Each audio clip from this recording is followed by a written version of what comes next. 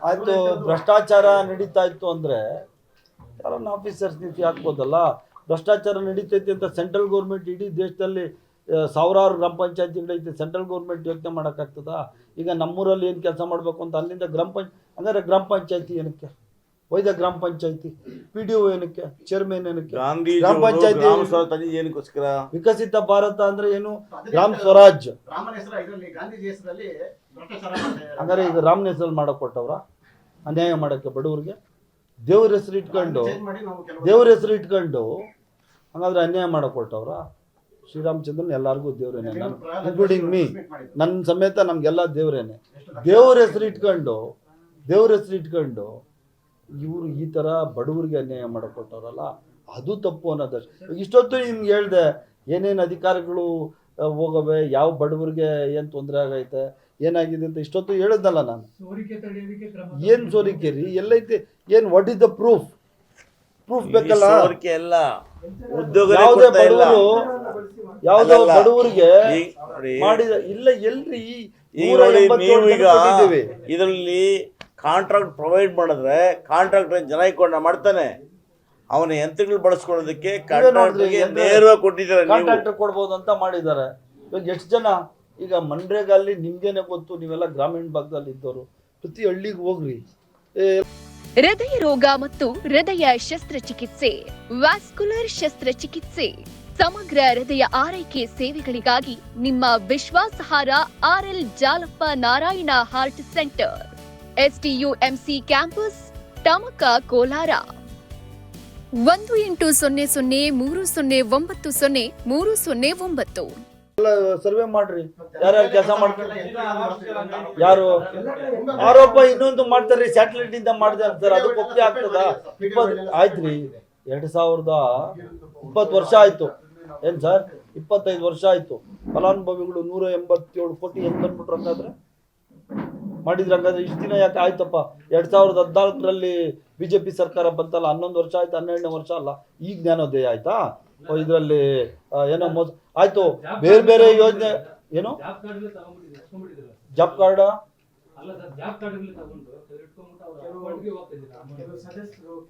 ನೋಡ್ರಿ, ಇದು ಯಾವ್ದೋ 1% 2% ಸೋರಿಕೆ ಆಗ್ತದೆ ಅಂತ ಹೇಳಿ ಇಡೀ ಇದನ್ನೇ ನೀವು ಇಡೀ ವ್ಯವಸ್ಥೆನೆ ಬುಡ್ಬೇಲ್ ಮಾಡ್ಬಿಡ್ತೀರಾ ನೋಡಿ.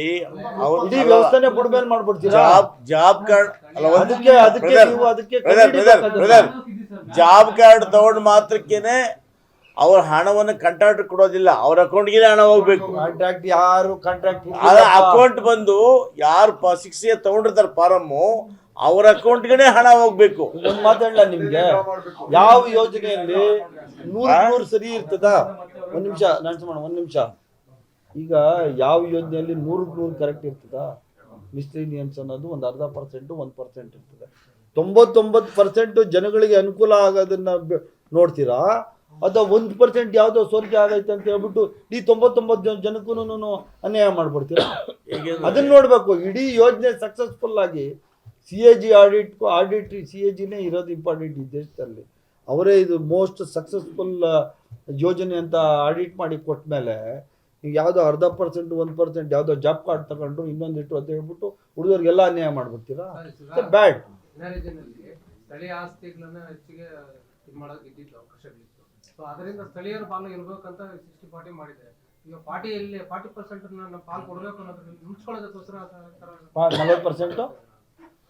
4.5 ಲಕ್ಷ ಕೋಟಿ ಒಂದು ವರ್ಷಕ್ಕೆ ನಾವು ಇಲ್ಲಿಂದ ಟ್ಯಾಕ್ಸಸ್ ಕಟ್ತೀವಿ ಕೇಂದ್ರ ಸರ್ಕಾರಕ್ಕೆ.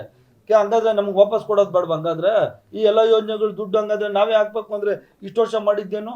ಈ 25 ವರ್ಷ ನಡೆಸ್ತ್ರಲ್ಲ ಈ ದೇಶದಲ್ಲಿ, ಸ್ಥಳೀಯ ಸಂಸ್ಥೆಗಳು ನಡೆಸಿದ್ರಲ್ಲ, ಅವಾಗೇನು? ಹಂಗಾದ್ರೆ ಇನ್ನೂ ನಮ್ದು ಆರ್ಥಿಕ ವ್ಯವಸ್ಥೆ ಹಾಳಾಗೋಗ್ಬಿಡ್ಬೇಕು ಅಂತನಾ? ಇಷ್ಟು ದಿನ ಈಗ 60% 40% ಅಂತ ಎಲ್ಲಿತ್ತು? ಅದನ್ನ ಯಾಕೆ ನೀವು ಸ್ಥಳೀಯವಾಗಿ ನೀವೆಲ್ಲ ಸಪೋರ್ಟ್ ಮಾಡಬೇಕು? ನಮ್ಮ ದುಡ್ಡು ನಮಗೆ, ನಮ್ಮ ಜನಗಳ ಅನುಕೂಲಕ್ಕಾಗಿ, ನಮ್ಮ ಸಾರ್ವಜನಿಕರಿಗೆ ಇಟ್ಟಂಥ ದುಡ್ಡನ್ನೀಗ ನಾವು 40% ಕೊಡ್ಬೇಕಾಗ್ತದೆ ಭಾಗ. ಅದು ಪ್ರಶ್ನೆ ಅಲ್ಲ. ಕೊಡ್ತಾ ಇದ್ದ ದುಡ್ಡನ್ನ ಎಲ್ಲ ನಮ್ಮ ಮೇಲೆ ಹಾಕ್ತಾವ್ರಲ್ಲ. ಇವ್ರು ಟ್ಯಾಕ್ಸಸ್ ಕೊಡ್ಬೇಕಾಗಿದೆ ನಮ್ಮ ಭಾಗದ್ದೇ, ನಮ್ಮ ಪಾಲಿನ ದುಡ್ಡು ನಮಗೆ ಕೊಡ್ದಿರಾ ಮತ್ತೆ ಅದ್ರ ಮೇಲೆ ಇದೇನೋ ಬರೆ ಆಗ್ದಂಗೆ ಆಯ್ತಲ್ಲ. ಜ್ವರ ಬಂದವ್ರು ಮತ್ತೆ ಬರೆ ಆಗ್ದಂಗೆ ಆಯ್ತು. ದೇವ್ರ ಬಗ್ಗೆ ಬಿಡ್ರಿ, ಈಗ ದೇವ್ರ ಬಗ್ಗೆ ನಾಟ್ ಟಾಕಿಂಗ್ ಅಬೌಟ್ ಇಟ್ ಬಿಡ್ರಿ. ದೇವ್ರ ಬಗ್ಗೆ ಯಾರು ಮಾತಾಡ್ತಾ ಇಲ್ಲ ಬಿಡ್ರಿ.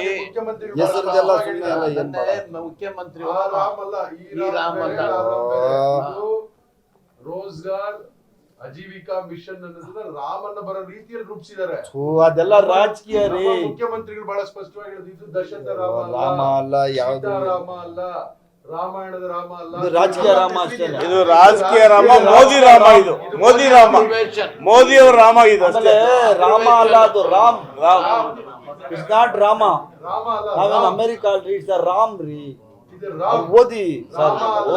ರಾಮ ಅಲ್ಲ ರೀ, ಶ್ರೀರಾಮಚಂದ್ರ ಅಲ್ಲ ರೀ. ಎಲ್ರಿಗೂ ದೇವ್ರಿ ರಾಮ. ಯಾಕೆ ಅದು ಹೆಸರು ಇದೆಯಲ್ಲ, ಪ್ರೋಗ್ರಾಮ್ ಹೆಸರು ಇದೆಯಲ್ಲ, ಅದು ಅಪ್ರೂವೇಷನ್. ಹಣ ಬಿಡು ಅನಿಲ್ ಬಿಟ್ಬಿಡಿ, ಬಿಟ್ಬಿಡು. ಬಿಟ್ಬಿಡು ಅನಿಲ್ ಬಿಟ್ಬಿಡಿ. ನೋಡಿ ದಯವಿಟ್ಟು ಇದ್ರದ್ದು ನಮ್ದು ಮಹಾತ್ಮ ಗಾಂಧಿ ಶ್ರೀರಾಮಚಂದ್ರನಿಗೆ ನಾವು ಹೋಲಿಕೆ ಮಾಡ್ತಾ ಇಲ್ಲ. ನಾವು we are not for it. ಇಲ್ಲಿ ಪತ್ರಿಕಾಗೋಷ್ಠಿ ಕರೆದಿರೋದು ಇದ್ರ ಬಗ್ಗೆ ಆರ್ಗ್ಯುಮೆಂಟ್ ಮಾಡೋಕ್ಕೆ, ಇದ್ರ ಬಗ್ಗೆ ನಾವು ಕನ್ವರ್ಸೇಷನ್ ಅಲ್ಲ.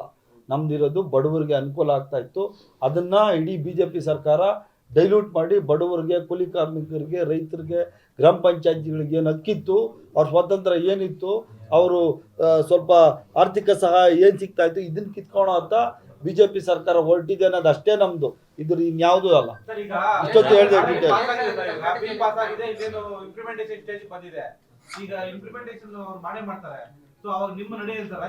ಅಲ್ಲಪ್ಪ. ಏನು ಅಂದ್ರೆ ನಾವು ಇದನ್ನ ವಿರೋಧ ಮಾಡ್ತೀವ್ರಿ. Will go to the court. ನಮಗೂ ಅಧಿಕಾರ ಇದೆ. ಏನೇನು ಅನ್ಯಾಯವಾಗಿ ಏನಾದ್ರು ಯೋಜನೆಗಳು ಹಂಗಾದ್ರೆ ನಾವು ಈ ಸ್ವತಂತ್ರ ಭಾರತದ ಪ್ರಜೆಗಳಲ್ವಾ, ನಮಗೂ ಸ್ವಾತಂತ್ರ್ಯ ಇದೆ. ನೋಡಿ, ಇವತ್ತು ನಿಮ್ಗೆ ಪತ್ರಿಕೆ ಮುಖಾಂತರ ನಾವು ವಿರೋಧನೆ ಮಾಡ್ತಾ ಇರೋದು. ಈಗ 2 ದಿವಸ ಅಸೆಂಬ್ಲಿ ಸೆಷನ್ ಕರೀತಾ ಇದೀವಿ, ಸದ್ಯದಲ್ಲಿ ಅನೌನ್ಸ್ ಮಾಡ್ತೀವಿ. ಅದರಲ್ಲಿ ಚರ್ಚೆ ಮಾಡಿ ರೆಸಲ್ಯೂಷನ್ ಮಾಡಿ ಕೇಂದ್ರಕ್ಕೆ ಕಳಿಸ್ತೀವಿ. ಪ್ಲಸ್ ಇದು ಹೀಗೆ ಬಿಡೋದಿಲ್ಲ. ಇಂಪ್ಲಿಮೆಂಟಿಂಗ್ ಏಜೆನ್ಸಿ ಬಂದು ಸ್ಟೇಟ್ ಗೌರ್ಮೆಂಟು ಈಗ for example 90% government, central government grants ಇತ್ತು, 10% ಮಾತ್ರ ಸ್ಟೇಟ್ ಗೌರ್ಮೆಂಟ್ ಗ್ರಾಂಟ್ಸ್ ಇತ್ತು. ಈಗ ಆಗಿರ್ತಕ್ಕಂಥ ಕೆಲಸಗಳೆಲ್ಲ 90% ಅಲ್ಲಿಂದ ಬಂದರೆ ತಾನೇ ನಾವು ದುಡ್ಕೊಡ್ಬೇಕಾಗಿರೋದು. ಅದನ್ನು ಸಹ ಈಗ ಕಟ್ಕೊಂಡು ಮಾಡಿದರೆ ಆಗಿರ್ತಕ್ಕಂಥ ಕೆಲಸಗಳು ಕೊಡ್ಲಿಕ್ಕೂ ದುಡ್ಡಿರೋದಿಲ್ಲ. ಪ್ಲಸ್ ನಮ್ಮ ಬಡ್ಜೆಟ್ ಅಲ್ಲಿ ನಾವು 10% ಮಾತ್ರ ಪ್ರಾವಿಷನ್ ಇಟ್ಕೊಂಡಿರೋದು. ಈಗ ಆಗಲೇ ಸುಮಾರು 600 ಕೋಟಿ ಏನೋ ಬ್ಯಾಲೆನ್ಸ್ ಅಲ್ಲಿಂದ, 6000 ಕೋಟಿ ಏನೋ ಬ್ಯಾಲೆನ್ಸ್ ಅಲ್ಲಿಂದ ಬರೋದಿದೆ. 6000 ಕೋಟಿ ಅಲ್ಲಿಂದ ಬ್ಯಾಲೆನ್ಸ್ ಬರೋದಿದೆ. ಸೊ ಅದೆಲ್ಲ ನೋಡಿದಾಗ ಕೇವಲ ಬರೀ ಕರ್ನಾಟಕ ಸ್ಟೇಟ್ ಮಾತ್ರ ಅಲ್ಲ, ಇಡೀ ರಾಷ್ಟ್ರದಲ್ಲಿ ಎಲ್ಲ ಸ್ಟೇಟ್ಸು ಇದರ ಬಗ್ಗೆ ವಿರೋಧವಾಗಿ ಈಗಾಗಲೇ ಪ್ರತಿಕ್ರಿಯೆಯನ್ನು ಮಾಡಿದ್ದಾರೆ. ಎಲ್ಲರೂ ಸೇರಿ ಇದನ್ನ ಬದಲಾವಣೆ ಮಾಡಲೇಬೇಕು ಅಂತ ಹೇಳಿ ಇದನ್ನ ಒಂದು ಪ್ರತಿಭಟನೆ ಮಾಡ್ತೀವಿ. ಮತ್ತೆ ತಾಲೂಕು ಮಟ್ಟದಲ್ಲಿ ಮಾಡ್ತೀವಿ, ಹೋಬಳಿ ಮಟ್ಟದಲ್ಲಿ ಮಾಡ್ತೀವಿ, ಗ್ರಾಮ ಮಟ್ಟದಲ್ಲಿ ಕೂಡ ಹೋಗ್ತೀವಿ. ಇದರಲ್ಲಿ ನಾನು ಹಂತವಾಗಿ ಪ್ರತಿ ಶಬ್ದಗಳನ್ನ ವಿವರಣೆ ಮಾಡಿ ಹೇಳಿದ್ದೀನಿ. ಏನು ಇದಕ್ಕೆ ಎರಡಕ್ಕೂ ಇರೋ ಡಿಫ್ರೆನ್ಸು, ಯಾಕೆ ಇದನ್ನ ವಿರೋಧ ಮಾಡ್ತಾ ಇದೀವಿ ಅಂತ ಹೇಳಿದೀವಿ. ರಾಜಕೀಯ ಕಾರಣಕ್ಕೋಸ್ಕರ ನಾವು ಮಾಡ್ತಾ ಇಲ್ಲ ಇದನ್ನ. ಬಡವರಿಗೆ, ಹಳ್ಳಿಗಳಲ್ಲಿ ವಾಸ ಮಾಡುವಂಥ ಬಡ ರೈತರಿಗೆ, ಬಡ ಕೂಲಿ ಕಾರ್ಮಿಕರಿಗೆ ಇದರಿಂದ ಆಗ್ತಾ ಇರೋವಂತಹ ಅನಾನುಕೂಲಗಳ ಬಗ್ಗೆ ಪ್ರತಿ ವರ್ಡಲ್ಲೂ ಶಬ್ದದಲ್ಲಿ ಹೇಳಿದ್ದೀನಿ. ಇದು ರಾಜಕೀಯ ಕಾರಣ ಅಲ್ಲ ಸರ್. ಪೊಲಿಟಿಕ್ಸ್ ಮಾಡೋಕ್ಕೆ ಬೇರೆ ವೇದಿಕೆ ಇದೆ. ಇದು ಬಡವರ ಪರವಾಗಿ ನಮ್ಮ ಏನು ಕಮಿಟ್ಮೆಂಟ್ ಇತ್ತು ಅದನ್ನು ನಾವು ತೋರಿಸ್ತಾ ಇದ್ದೀವಿ. ಏನು ಹೇಳ್ತಾರೆ ಬಿಡಿ, ತೀರ್ಮಾನ ಆಗಿದೆ, ಅದು ಹೇಳ್ತಾರೆ ಬಿಡಿ. ಈಗ ನೀವು ಮಾಡ್ಬೇಕಲ್ಲ ಇದೇನೆ. ಈಗ ಅದಕ್ಕೆ ತಾನೇ ನಿಮ್ಮಂತ ಇವಾಗ ಸರ್ ಜನಸಾಮಾನ್ಯರಿಗೆ ಹೇಳ್ಬೇಕು ಅಂತಾನೆ ನೀವೇ ತಾನೇ ಮಾಧ್ಯಮ. ನೀವು ಮಾಧ್ಯಮದ ಮುಖಾಂತರ ನಮ್ಮ ಅಳಲು ಹೇಳ್ಬೇಕು. ಏನಾದ್ರು ತಪ್ಪು ಮಾಡಿದ್ರೆ ನೀವು ತೋರಿಸಲ್ವಾ ನಮ್ಗೆ? ಅದೇ ತರ ಯಾರ್ಯಾರು ತಪ್ಪು ಏನ್ ಮಾಡಿದ್ರೆ ಅದನ್ನ ನೀವು ತೋರಿಸ್ರಿ. ಜನಸಾಮಾನ್ಯರಿಗೆ ನೀವು ತೋರಿಸಿ ಅಂತಾನೆ ನಿಮ್ಗೆಲ್ಲ ಪ್ರೆಸ್ ಕಾನ್ಫರೆನ್ಸ್ ಕರೆದು ಕೈ ಮುಗಿದು ನಿಮ್ಗೆ ಪ್ರೇಯರ್ ಮಾಡ್ಕೊತಾ ಇರೋದು. ಬಡವರಿಗೆ, ಹಳ್ಳಿಗೆ ಇದರಿಂದ ಆಗುವಂಥದ್ದು ಒಳ್ಳೇದು ಕೆಟ್ಟದ್ದು ಏನಿದಾವೆ ಅಂತ ಅವರೇ ಡಿಸೈಡ್ ಮಾಡಲಿ. ಇವಾಗ ಇಷ್ಟೊತ್ತು ಹೇಳಿದ್ದೀನಿ ನಾನು.